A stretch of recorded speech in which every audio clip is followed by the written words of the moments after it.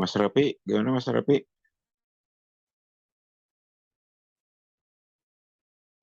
Kebayang nggak kenapa dibuat 8?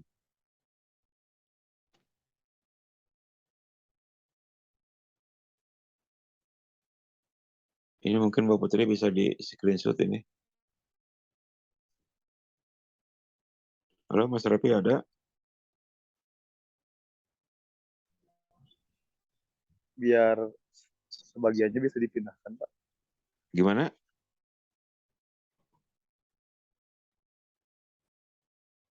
Iya, kenapa dibuatnya 8 gitu?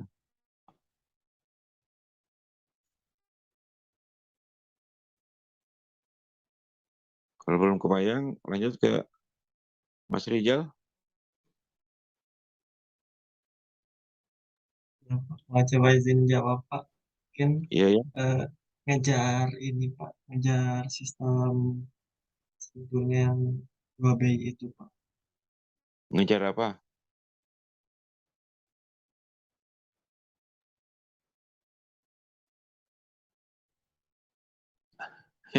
Ayo Mas Anang gimana? Ngejar apa?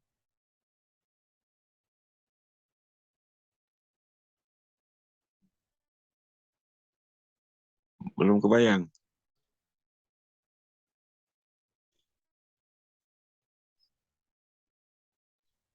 Menyesuaikan dengan siklus, Pak. Iya, memang menyesuaikan dengan siklus, tapi prinsip utamanya kenapa digunakan 8 gitu.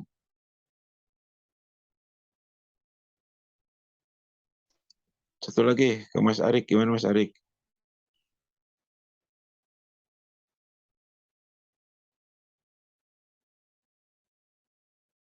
Ada Mas Arik? Atau kesulitan sinyal?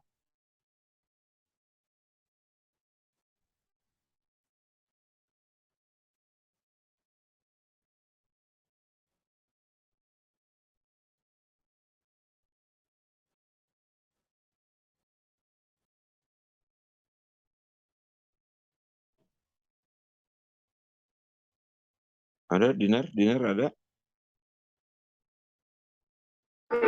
Iya ada Pak. Ayo, kira-kira gimana?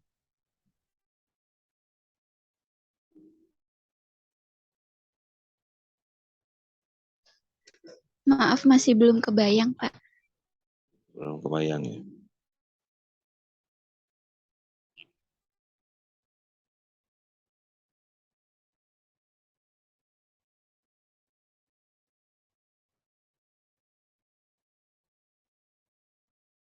Oke ya, kalau belum kebayang, ini balik dulu ke mana tadi tuh?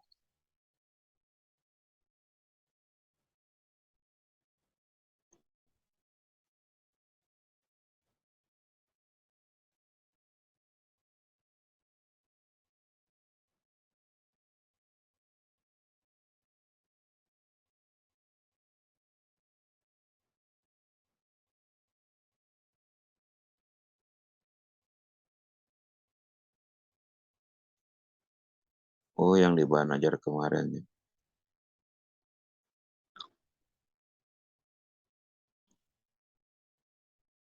Ya oke, kalau belum kebayang, di sini aja ya.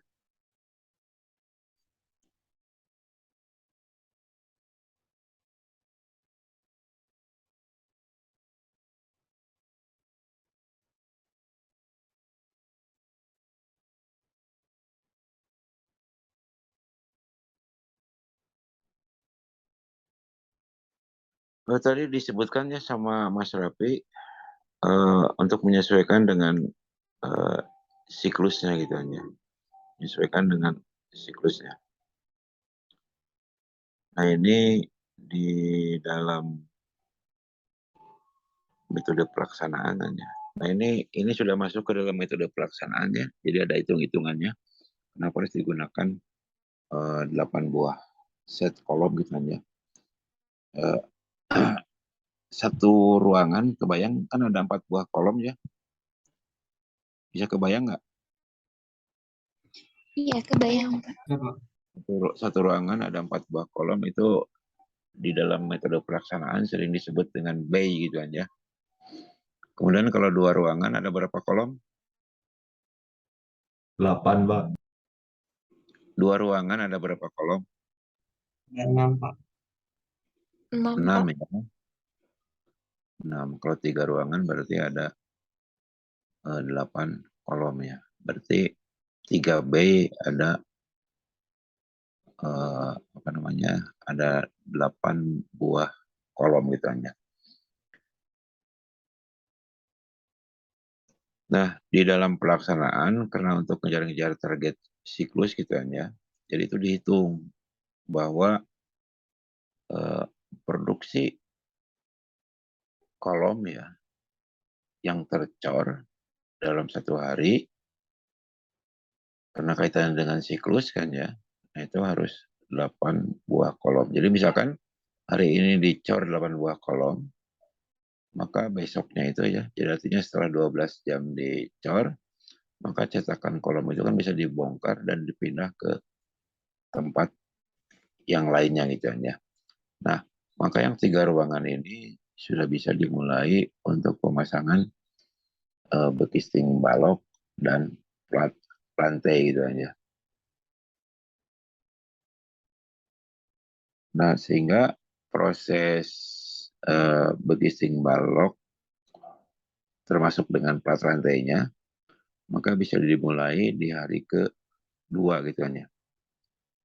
Nah, karena dengan sistem seperti ini, cetakan dengan sistem seperti ini, itu dari masang tulangan, kalau tulangan yang dipabrikasi ya, masang tulangan, kemudian masang bekisting, itu tidak lebih dari 2,5 jam ya, per satu set kolomnya.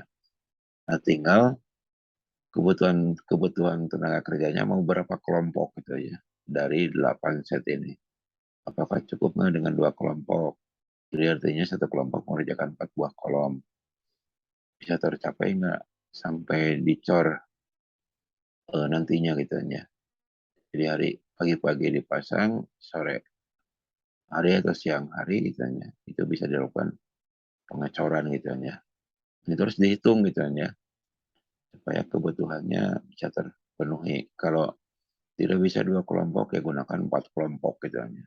Supaya apa? Supaya eh, waktunya bisa sesuai dengan target gitu ya. Nah, itu mungkin untuk perhitungan kolom nantinya akan dijelaskan secara terpisah ya setelah materi ini ada kan tentang kecepatan kolom gitu ya. Nah, jadi kenapa dibutuhkan 8 buah kolom itu? Memang intinya untuk mengejar waktu siklus. Nah, tetapi kalau kita bedah lagi secara detailnya itu, yaitu untuk memenuhi target waktu pelaksanaan supaya bekisting balok bisa dipasang pada hari berikutnya gitu aja. Jadi targetnya adalah seperti itu ya. Jadi 3 bay ini sudah bisa dikerjakan. Nah, ini dalam arti kaitannya juga dengan panjang besi tulangan. Ingat, panjang besi tulangan yang ada di pasaran itu kan panjangnya hanya 8 meter gitu hanya. Maaf, 12 meter. Nah, sementara bentang-bentang secara umum itu 8 meter katanya. Nah, supaya besi tulangannya itu tertahan oleh bekisting, dalam hal ini bekisting balok, maka harus ada bay berikutnya gitu ya. Jadi harus ada 2 bay. Nah, makanya di dalam metode-metode pelaksanaan bahwa cetakan kolom itu sering dijadikan rujukan minimum 4 buah kolomnya. Nah, maksimumnya berapa tergantung dari kecepatan waktu siklus katanya. Nah, jadi kira-kira seperti itu penjelasan kenapa di sini dibutuhkan 8 buah kolom. Sementara di proyek yang lain itu hanya 4 buah kolom gitu.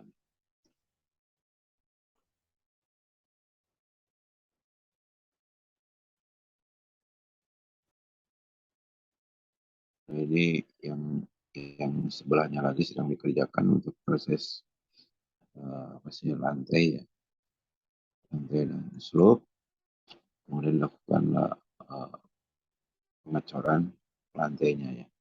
Ini sementara sisi yang sebelah sana itu sudah mulai dikerjakan gitu ya, untuk lantai di atas. Ini kan sebenarnya basement ya, untuk lantai 1. Sementara yang di zona ini sudah mulai dipasang berkisting untuk balok dan pos lantai. Sementara di zona ini dalam taraf pengecoran slope, pile cap, dan lantainya. Sementara di zona ini uh, masih belum dikerjakan ya, untuk pemupukan fondasi untuk proses pembuatan pile cap-nya. Jadi ini dirancang menjadi beberapa zona pengecoran.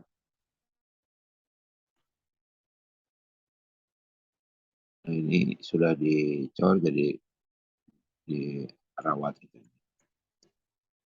Ini kurang lebih seperti ini tampilan-tampilan dari yang tadi itu.